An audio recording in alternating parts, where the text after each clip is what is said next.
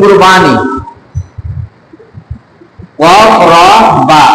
কর্বুন শব্দটি থেকে এসেছে কুরবানি, যার অর্থ হলো আল্লাহর নৈকট্য অর্জন, যার অর্থ হলো আল্লাহর নিকটবর্তী হওয়া।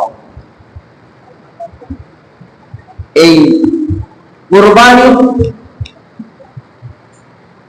পারিবারিক সংখ্যা হলো ইসলামী শরীয়তের পরিভাষায় আল্লাহ পাক রব্বুল আলামিনের সন্তুষ্টির উদ্দেশ্যে, আল্লাহ পাক রব্বুল আলামিনের সন্তুষ্টি হাসিলের জন্য এই পশু জবেহ করা, হালাল পশু জবেহ করা, এর নাম হচ্ছে কুরবানি।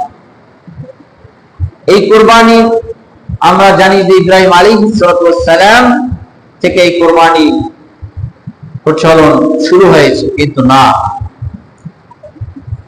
এই মানব সৃষ্টির ইতিহাসের প্রাচীন যে ইতিহাস, এই কুরবানির ইতিহাসটা প্রাচীন। আল্লাহ পাক রব্বুল আলামিন সূরাতুল মাইদায় বলেন, ওয়াতলু আলাইহিম নাবা'a বানাই আদম বিল হক ইযা qarraba qurbanan ফাতুকুবিলা মিন আহাদিহিমা ওয়া লাম ইউতাকাব্বাল মিনাল আখর ক্বালা লা'আকতুলান্নাকা ইন্নামা ইয়াতাকাব্বালুল্লাহু মিনাল মুত্তাকিন। আল্লাহু আকবার।